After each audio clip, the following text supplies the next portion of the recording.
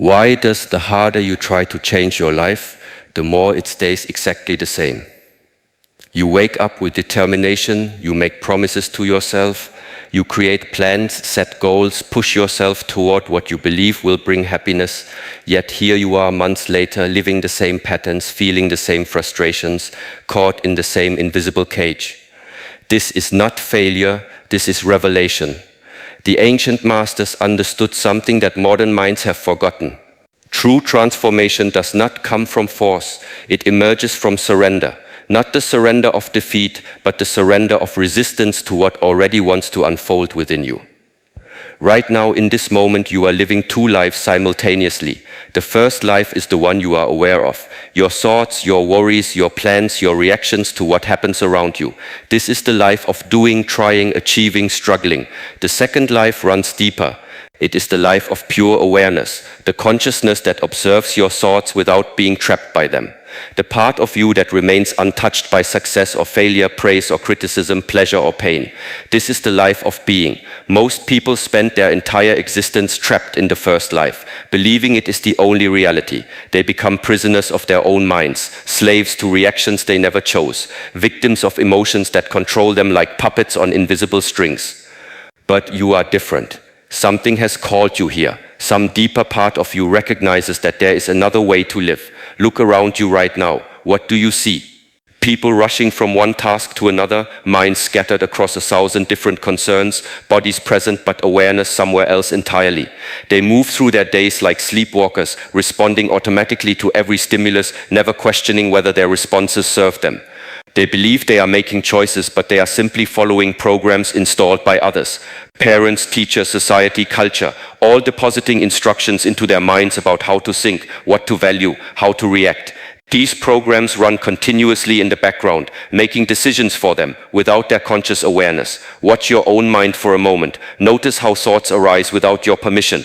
Notice how emotions sweep through you like weather systems seemingly beyond your control. Notice how your body reacts to situations before you even decide how you want to respond. This is the human condition, living as an effect rather than a cause, reacting rather than responding, being lived by life instead of living life. The tragedy is not that this happens. The tragedy is that most people accept it as inevitable. They resign themselves to being victims of their circumstances, prisoners of their conditioning, slaves to their automatic patterns. They say things like, that's just how I am, or I can't help it, or that's my personality. They have forgotten the fundamental truth that consciousness is not fixed. Awareness can be trained. The mind can be mastered. Think of a river that has been flowing in the same direction for so long that it has carved deep channels in the earth. The water follows these channels automatically, believing this is the only possible path. But water always seeks its natural level. Given the right conditions, it will find new routes, create new channels, flow toward its true destination. Your mind is like this river. Years of thinking the same thoughts, feeling the same emotions, reacting in the same ways have carved deep neural pathways in your brain. These pathways feel like permanent reality, but they are simply habits of consciousness that can be changed. The question is not whether change is possible. The question is whether you have the courage to step out of the familiar channels and allow your consciousness to find its natural flow. This requires something that terrifies the ordinary mind: stillness. In stillness, you begin to notice the space between your thoughts. In stillness, you recognize the awareness that observes your emotions without being swept away by them. In stillness, you contact the part of yourself that exists before personality, before conditioning, before all the stories you tell yourself about who you are. This is not emptiness, this is fullness, this is not loss, this is return to your original nature. Most people fear stillness because they have identified themselves completely with mental activity.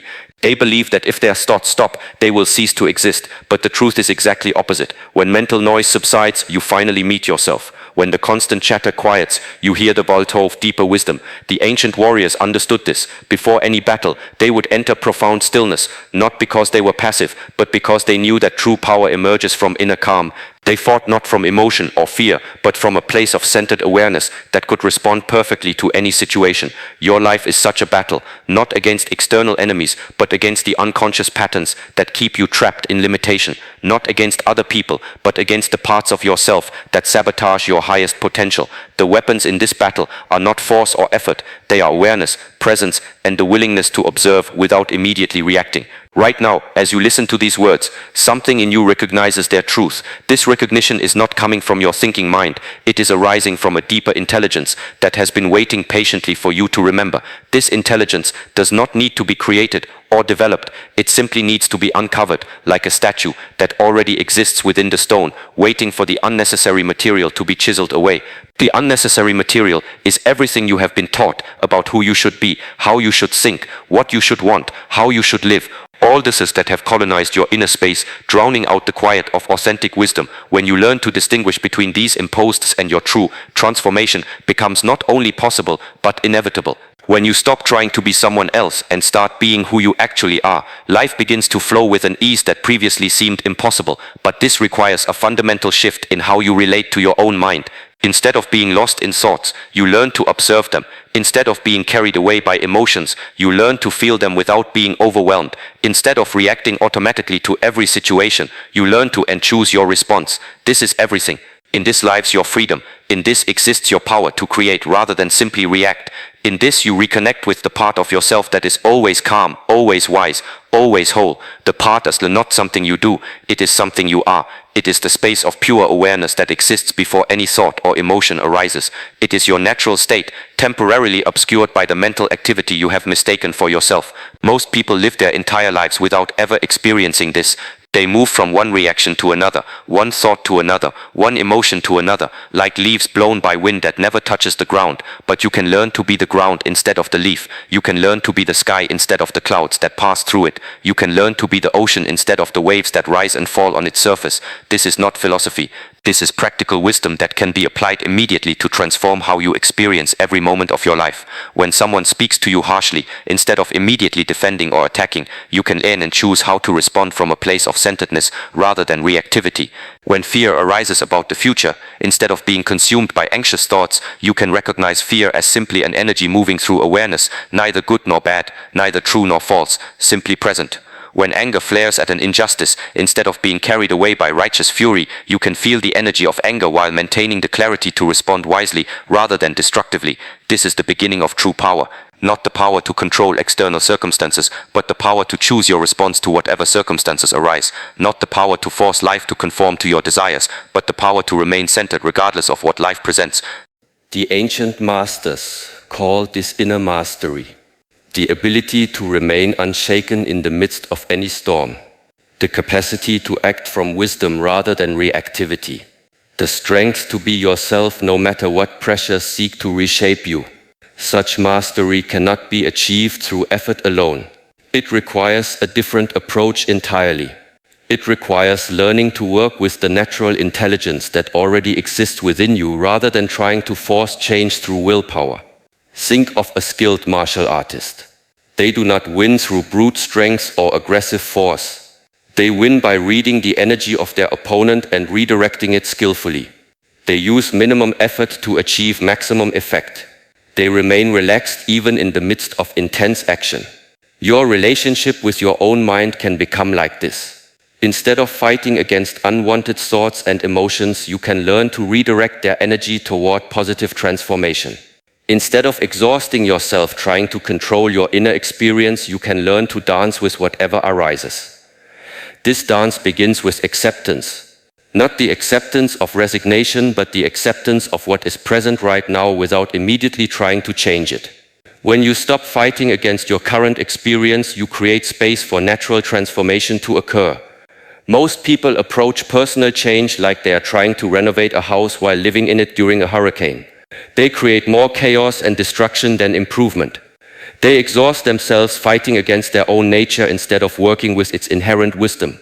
But when you approach transformation from stillness and acceptance, change becomes as natural as a flower blooming or a river finding the ocean.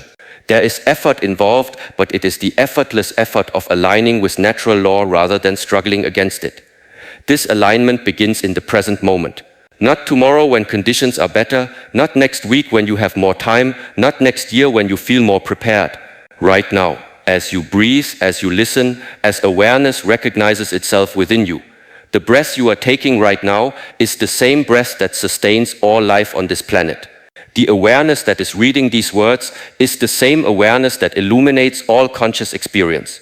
You are not separate from the intelligence that created the stars and orchestrates the seasons. This intelligence is not outside you, waiting to be contacted through special techniques or lengthy practices. It is the very ground of your being, the source from which your thoughts, emotions, and perceptions arise. When you recognize this truth, not just intellectually, but experientially, everything changes. You stop looking outside yourself for fulfillment and start recognizing the completeness that already exists within you. You stop trying to become someone better and start expressing who you already are.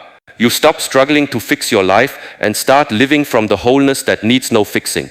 This recognition cannot be forced, but it can be invited. It cannot be achieved, but it can be received. It cannot be grasped by the mind, but it can be embodied through consistent practice and patient cultivation. Over the next 90 days, you will learn specific methods for cultivating this recognition. You will discover practices that quiet the mind without suppressing its natural activity. You will develop the ability to remain present even when life becomes challenging. You will master the art of responding rather than reacting to whatever circumstances arise. But first, you must understand that the transformation you seek is not about becoming someone different. It is about removing the obstacles that prevent you from being who you truly are. It is not about adding something to yourself. It is about subtracting everything that is not authentically you. Like a sculptor who removes excess stone to reveal the statue that was always there, you will learn to remove the excess mental and emotional patterns that obscure your natural clarity, peace, and power. This process requires patience with yourself and trust in the natural unfolding of consciousness. It requires the willingness to question everything you believe about who you are and what is possible. It requires the courage to step into unknown territory, where your old strategies for living no longer apply.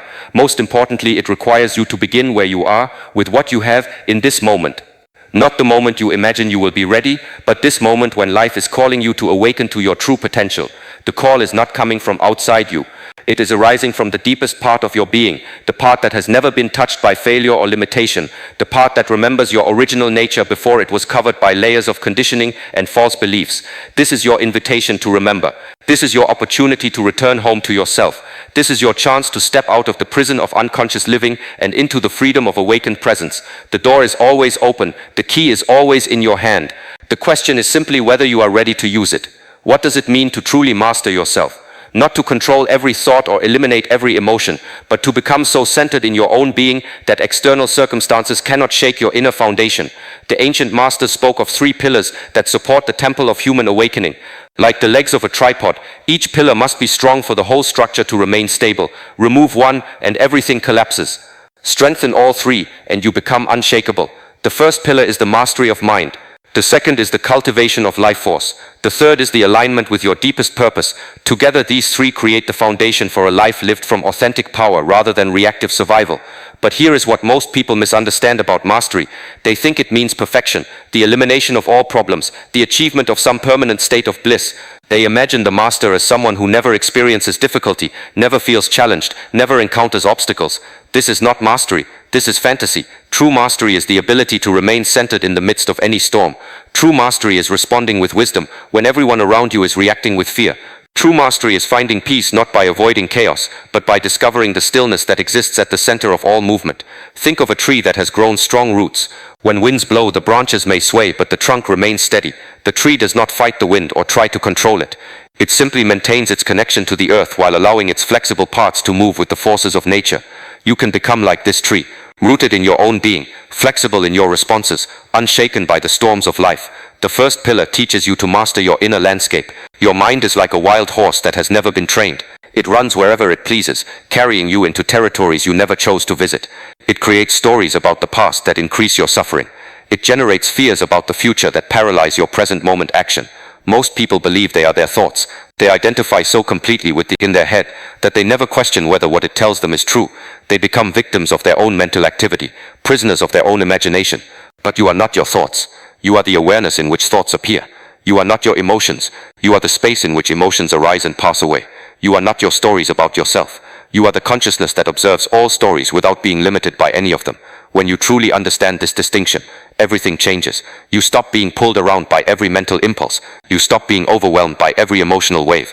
You begin to live from the stable center of your being, rather than the chaotic periphery of your mind. This understanding does not come through thinking about it. It comes through direct experience, through practices that allow you to witness the movement of your own consciousness without being swept away by it. The simplest practice is also the most profound. Several times throughout your day, stop whatever you are doing and simply observe your breathing. Not to change it, not to control it, but simply to watch the natural rhythm of inhalation and exhalation. As you do this, notice that there is something in you that is aware of the breath. This awareness is not the breath itself. It is not the body that breathes. It is the consciousness that recognizes both the breath and the body. This consciousness is your true identity. It is what remains constant while everything else changes. It is what was present when you were a child and will be present when you are old. It is what observes your thoughts but is never limited by them. The more you learn to rest in this awareness, the more you will find that problems which once seemed overwhelming begin to lose their power over you. Situations that once triggered automatic reactions will be met with clarity and wisdom. Emotions that once controlled your behavior will be felt and released without creating drama. This is the beginning of mind mastery. Not the suppression of thoughts and emotions, but the recognition of the space in which they arise. Not the elimination of mental activity, but the understanding that you are not at the mercy of whatever your mind produces. The untrained mind is like a monkey that jumps from branch to branch, never staying in one place long enough to truly rest. It creates endless stories about what might happen, what should have happened, what others are thinking, what you need to do to be happy. The trained mind is like a clear mountain lake. Thoughts and emotions may arise like ripples on the surface, but the depths remain calm and undisturbed. From this clarity you can see situations as they truly are, rather than as your fears and desires project them to be. Training the mind is not about forcing it to be quiet. It is about learning to step back from its activity and observe it with compassionate detachment. It is about recognizing that you have a mind, but you are not your mind. This recognition allows you to use your mind as a tool rather than being used by it. You can think when thinking is needed and be still when stillness serves you better. You can feel emotions fully without being controlled by them. You can have preferences without being attached to outcomes. The second pillar is the cultivation of your life force, the energy that animates your physical being and connects you to the vitality of all existence. Most people live with depleted energy, running on stress hormones and caffeine, never learning to access the renewable sources of power that exist within them. Your body is not just a machine that carries your consciousness around. It is a sophisticated energy system that can be refined and strengthened through conscious practice. When your energy is vibrant and flowing freely, your mind becomes naturally clear and your emotions become naturally balanced. But when your energy is scattered or blocked, everything becomes more difficult. Your thinking becomes cloudy, your emotions become reactive, your body becomes tense and uncomfortable. Your capacity to handle life's challenges diminishes dramatically. The ancient masters understood that physical vitality and spiritual awakening are not separate pursuits. They knew that a healthy body supports a clear mind, and a clear mind supports a healthy body. They developed practices that cultivate both simultaneously. The foundation of energy cultivation is conscious breathing, not the shallow unconscious breathing that most people do, but the full, intentional breathing that oxygenates every cell and calms the nervous system. Right now, take a breath that fills your belly, expands your ribs and lifts your chest. Hold it for a moment, then release it slowly and completely. Feel how this single conscious breath affects your entire being. Notice how it brings you into the present moment and creates a sense of calm alertness. This is not just relaxation. This is the cultivation of life force. Each conscious breath strengthens your energy field and deepens your connection to your own vitality. When you breathe with awareness, you are not just taking in oxygen. You are absorbing the life force that sustains all existence. The second foundation of energy cultivation is conscious movement. Your body is designed to move, to flow, to express the energy that flows through it. When you move with awareness, every gesture becomes a meditation. Every step becomes a prayer. This does not require complicated exercises or special equipment. It requires only the willingness to bring consciousness to however your body wants to move. Stretch when you feel tight, walk when you feel restless, dance when you feel joyful, rest when you feel tired. The key is not what you do, but how you do it. When you move with awareness, you begin to feel the energy that animates your physical form. You begin to sense the intelligence that operates your body without any conscious effort on your part. You begin to appreciate the miracle of embodied existence. The third foundation of energy cultivation is conscious nutrition. Not just what you eat, but how you eat, when you eat, why you eat. Most people eat unconsciously, using food to fill emotional needs, or simply consuming whatever is convenient without considering its effect on their energy and consciousness. But food is not just fuel for your body, it is information that affects every aspect of your being. Fresh, whole foods grown in healthy soil carry the energy of the earth and sun. Processed foods created in factories carry the energy of machines and chemicals. When you eat with awareness, you begin to notice how different foods affect your energy, your mood, your mental clarity, your spiritual sensitivity. You begin to choose foods that support your highest potential rather than simply satisfying your immediate cravings. This is not about following rigid rules or restricting yourself severely. It is about developing sensitivity to your own energy system and learning to nourish it wisely. It is about eating in a way that supports your transformation rather than undermining it. The third pillar is the alignment with your deepest purpose, the reason your soul chose to incarnate in this particular body at this particular time. Most people live their entire lives without ever connecting to this deeper purpose. They chase goals that society tells them are important, but they never ask what their own heart truly wants to express. This is not their fault. From childhood they are taught to conform, to fit in, to please others rather than follow their own inner guidance. They are rewarded for being what others expect them to be, and punished for expressing their authentic nature.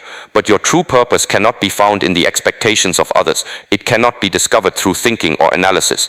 It can only be felt in the depths of your being, in the place where your individual consciousness touches the universal consciousness.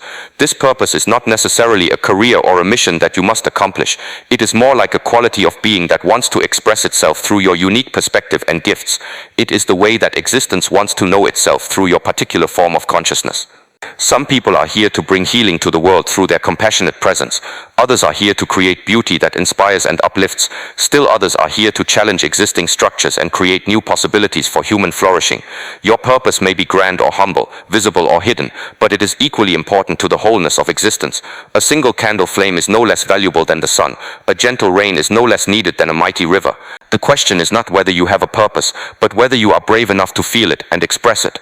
The question is not whether you are worthy of a meaningful life, but whether you are willing to claim the meaning that already exists within you. Connecting to your purpose requires the same qualities needed for the first two pillars: stillness, awareness, and the courage to look beyond surface appearances. It requires you to stop asking what others want from you and start asking what life wants to express through you. This inquiry cannot be rushed. It unfolds gradually as you learn to trust your own inner knowing more than the sum of external authority. It emerges naturally as you practice the first two pillars and create space for your authentic self to reveal itself. But there are ways to invite this revelation. You can pay attention to what activities make you lose track of time.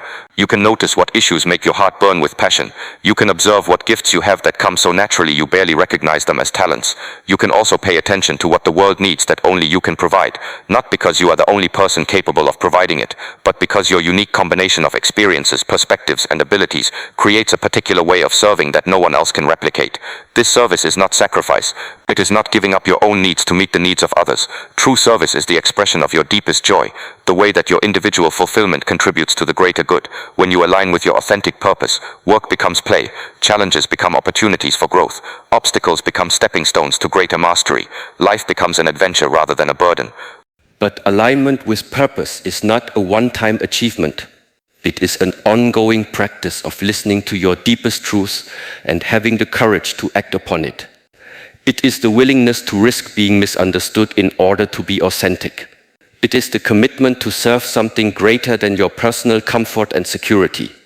These three pillars, mind mastery, energy cultivation, and purpose alignment, are not separate practices that you work on independently.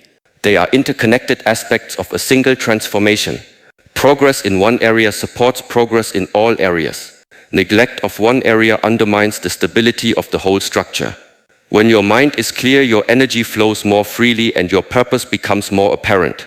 When your energy is vibrant, your mind becomes naturally peaceful and your purpose has the power to manifest in the world. When you are aligned with your purpose, your mind finds its natural focus and your energy is renewed by the joy of meaningful action.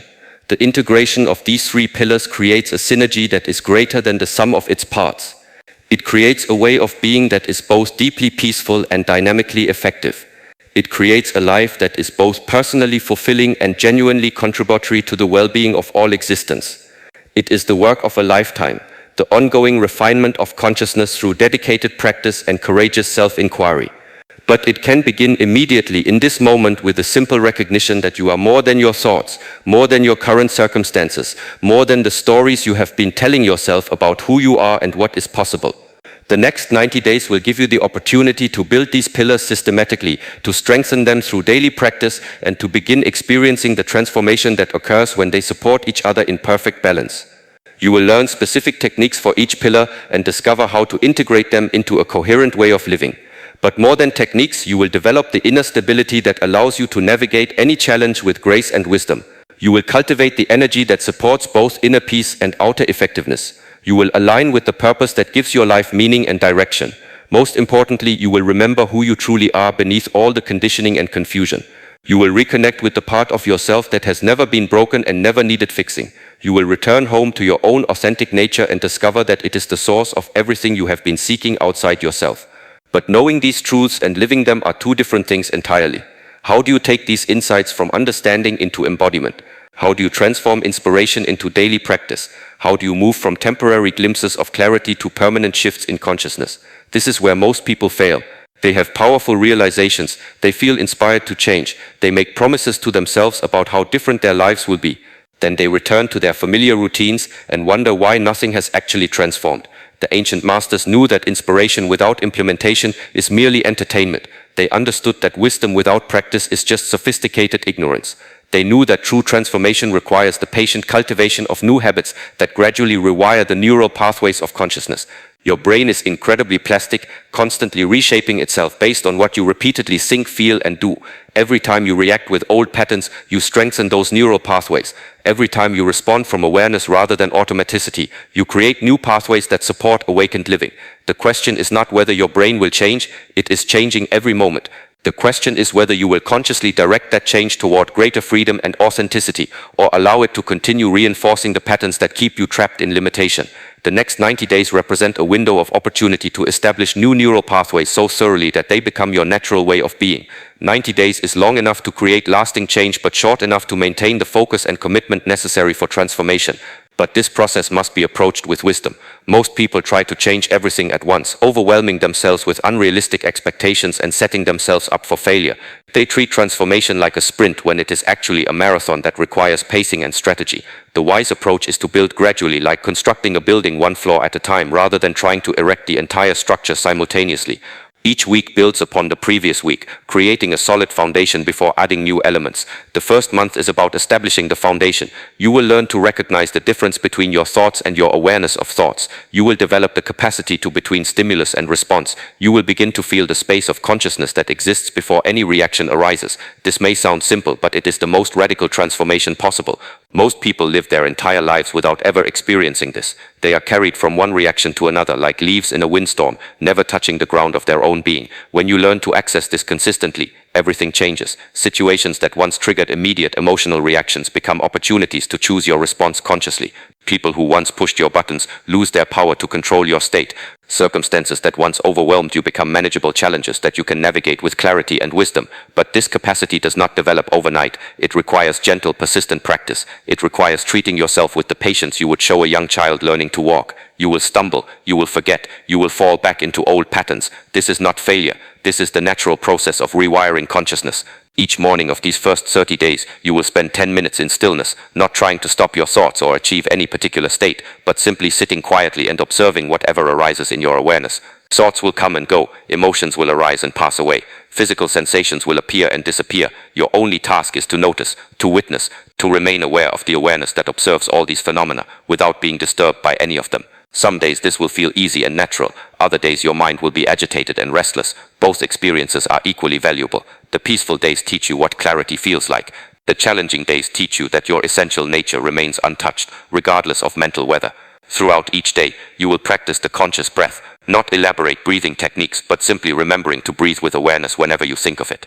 When you are washing dishes, breathe consciously. When you are walking to your car, breathe consciously. When you are listening to someone speak, breathe consciously. Each conscious breath is a return to the present moment.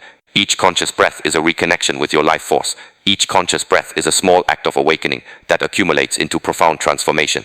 You will also begin to notice your emotional patterns without trying to change them immediately. When anger arises, you will practice feeling it fully while maintaining awareness of the part of you that observes the anger. When sadness comes, you will allow it to move through you while staying connected to the consciousness that witnesses all emotions. This is not suppression or denial. This is learning to experience your emotions without being overwhelmed by them. This is developing the capacity to feel everything while being enslaved by nothing. The second month deepens these foundations while adding new dimensions of practice. Your morning stillness extends to 15 minutes, and you begin to notice more subtle aspects of consciousness. You start to recognize the different qualities of thoughts, some arising from fear, others from love, some from conditioning, others from deeper wisdom. Your breathing practice becomes more refined. You learn to use the breath, not just for present moment awareness, but for moving energy through your body, for calming your nervous system when stressed, for energizing yourself when tired. The breath becomes a conscious tool for self-regulation, rather than just an automatic function. You begin to work more intentionally with your life force energy. You notice how different foods affect your vitality. You pay attention to how various activities either drain or restore your energy. You start making choices based not just on what you want in the moment, but on what supports your overall energetic health. Physical movement becomes a meditation practice. Whether you are exercising, doing household chores, or simply walking from one room to another, you bring awareness to the miracle of embodied existence. You feel the strength in your muscles, the flexibility in your joints, the coordination of countless systems working together to animate your physical form. You also begin to explore your deeper purpose more intentionally. You notice what activities make you feel most alive and authentic. You pay attention to what issues stir passion in your heart. You observe what gifts come so naturally to you that you barely recognize them as special abilities. This exploration is not forced or rushed. It unfolds naturally as you create more space in your consciousness through the practices of the first pillar. As your mind becomes clearer and your energy more vibrant, your authentic purpose begins to reveal itself organically. The third month is about integration and embodiment. Your practices become more sophisticated and personalized.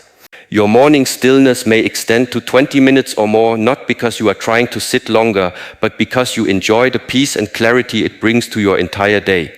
Your awareness throughout the day becomes more continuous. You catch yourself falling into unconscious patterns more quickly and return to presence more effortlessly. You respond to challenging situations with increasing wisdom and decreasing reactivity. Your energy management becomes intuitive. You know what you need to maintain optimal vitality, and you provide it for yourself without internal conflict or external pressure. You eat foods that nourish you, move in ways that feel good, rest when your body needs restoration. Your connection to purpose becomes clearer and stronger. You begin to align your daily activities more closely with what feels authentic and meaningful. You make choices based on your deeper values rather than external expectations or unconscious habits. But perhaps most importantly, you begin to live from the understanding that transformation is not a destination you reach, but a way of traveling. You realize that awakening is not a permanent achievement, but a moment-by-moment choice to remain present and aware. This realization brings great freedom. You stop waiting for some future moment when you will finally be enlightened enough to live fully.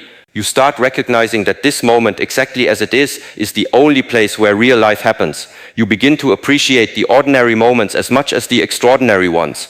Washing dishes becomes as sacred as sitting in meditation. Talking with a friend becomes as meaningful as reading spiritual texts. Working at your job becomes as purposeful as pursuing your dreams. This is not settling for mediocrity or abandoning your aspirations. This is recognizing that consciousness is equally present in all experiences, that the divine is as available in mundane activities as in peak spiritual states. As the 90 days draw to a close, you will have established new neural pathways that support awakened living. You will have developed the capacity to remain centered in challenging circumstances. You will have cultivated the energy to sustain both inner peace and outer effectiveness. You will have connected more deeply with your authentic purpose and begun expressing it in your daily life. But you will also understand that this is not an ending but a beginning. You will have tasted the possibility of living from your essential nature rather than your conditioned personality. You will have experienced the freedom that comes from responding rather than reacting to life's challenges. Most importantly, you will have remembered something that was never truly forgotten but only temporarily obscured. You will have recognized that the peace you seek already exists within you. You will have realized that the power you need is already at your disposal. You will have discovered that the purpose you are searching for is already expressing itself through your unique existence. The paradox you encountered at the beginning will now make perfect sense. The harder you tried to change your life through force and effort, the more it remained the same because you were working against your essential nature. But when you learned to align with the natural intelligence that already exists within you, transformation became as effortless as a river flowing toward the ocean. You are that river. You have always been flowing toward your true destination. The practices of these 90 days simply removed the obstacles that were blocking your natural flow. They cleared away the debris of conditioning and false beliefs that were preventing you from expressing your authentic nature. Now you can flow freely. Now you can express yourself fully. Now you can live from the wholeness that needs no improvement, the completeness that lacks nothing, the perfection that exists not because everything is exactly as you want it to be, but because you have learned to want what is, while still working skillfully toward what could be. This is the master's way. This is the warrior's path. This is the return to your original nature that was always present, always available, always calling you home to yourself. The door was always open, the key was always in your hand. Now you have learned to use it.